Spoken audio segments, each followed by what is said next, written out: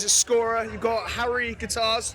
Sean drums. And Will on second guitar. Mate, it's just honestly, like, to sound like really cliche and stuff like that, ironically, just coming from Knock Loose, all we want is just hard hitting, like, just it's basically just, it's hardcore, but we've got the twist that it's not like always, like, we've got this twist to it, you know what I mean? It's like different, like, timings and stuff like that, you know, we sort of, like, make you wonder a little bit. Yeah, we've gone through a lot of different phases where we kind of, you know, we put a bit of prog in, we put a bit of metalcore kind of made its appearance.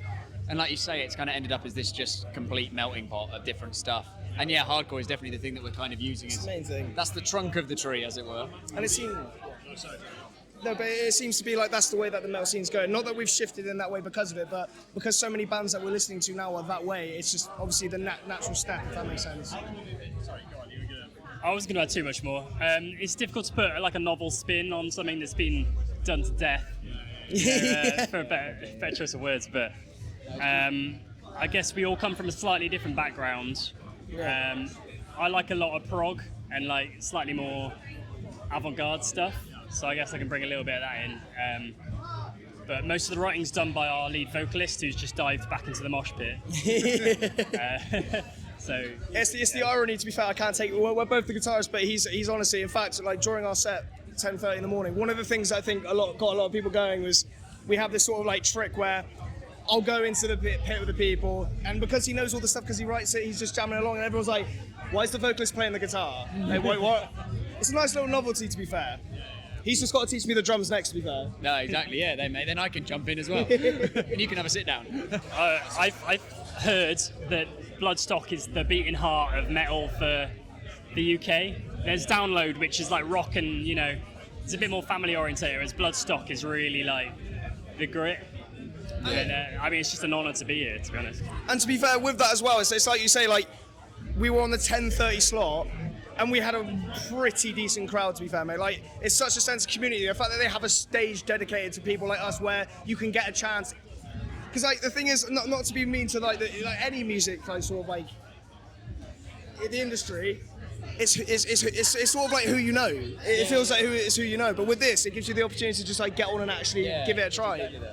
Because what other opportunity would we have had to play this festival? No, hugely not. None. No. Yeah. I think for me, to sum it up, it's kind of, you'll find metal music a lot of other places, a lot of heavy music other places.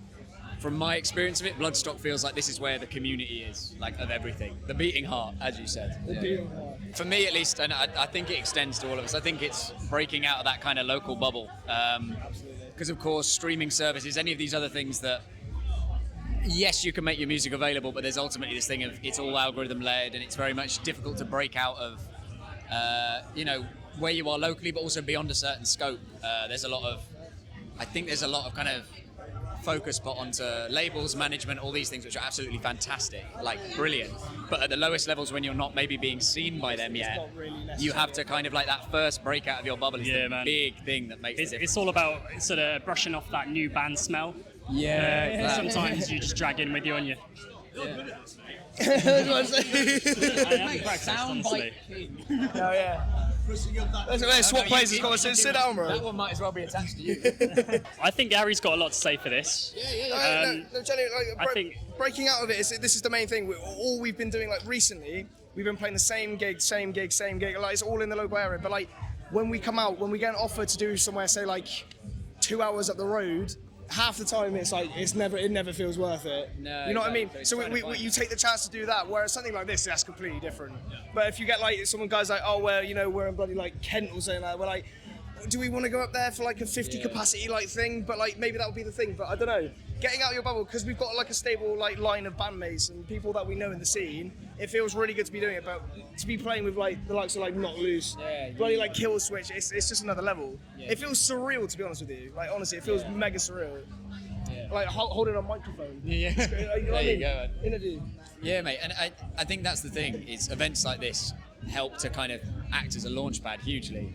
And I think that's kind of what we're trying to do more and more to address it. Is just try and get ourselves out there more, in front of people more, and that kind of feeling of like at the moment, if we get just an email out of the blue for somewhere in Kent or something like that, it's very difficult to judge whether it's going to be worth it. Whereas when you go to places like this, you meet the people face to face and you actually get a connection with people. suddenly that becomes much more of a possibility. And it's much less of a kind of chuck everything in the back of the car, maybe we'll make our petrol money back type of deal. It's even just like with the bands that we've been talking to, mate. Even with the bands we've been talking to, like in our little like community, we met about 4 bands. In fact, like we met that guy who was like, you know, like so many people intertwined in the industry, but now we've got an opportunity to talk to them.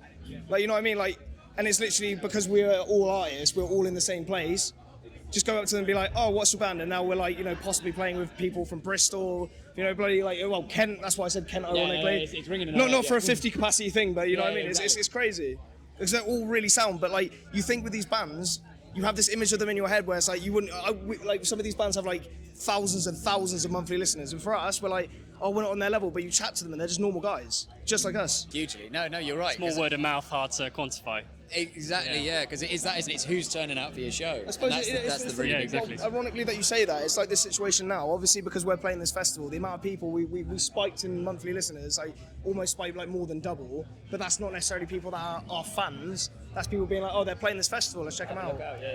No, half of them might be like, oh, that was terrible. But you don't see the data, do you?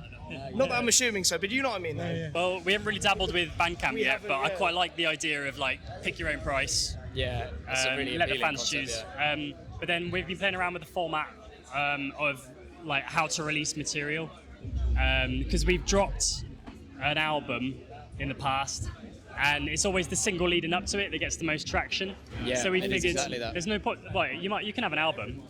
We are looking to eventually release one, hopefully soon. Yeah. But if we drip feed it, you know, like each song comes out single at a time. Anticipation. Just it keeps the momentum going. I think nowadays with less attention span, that's just like the way to go. Yeah, with the spike of TikTok, you joke me, like people don't even want to watch like a Don't minute-long write video a song- nowadays. Yeah, don't write a song more than 3 minutes. He's right. Like albums are a thing of the past. What you do is you drop the single, and then you release the album as like, oh, I've already heard all this. But if you drop an album, people get like halfway through and they're like, oh, I can't be bothered. We're not putting a date on it, are we? Not yet. I mean, I'm keep thinking like. Sometimes dangerous to have a date. Sometimes dangerous to have a date, but I'm going to broadly say vaguely end of year-ish, because half of it, I'm staring at half of it right now. So half of it exists. I mean, we're very much like a DIY kind of outfit. We're doing everything ourselves. I mean, I'm always absolutely blown away. We like to do by it that. solo, so we're sort of like getting assistance from friends who know production, like learning it our own way. We don't really want to sign anytime soon. New single out, Concrete Skull.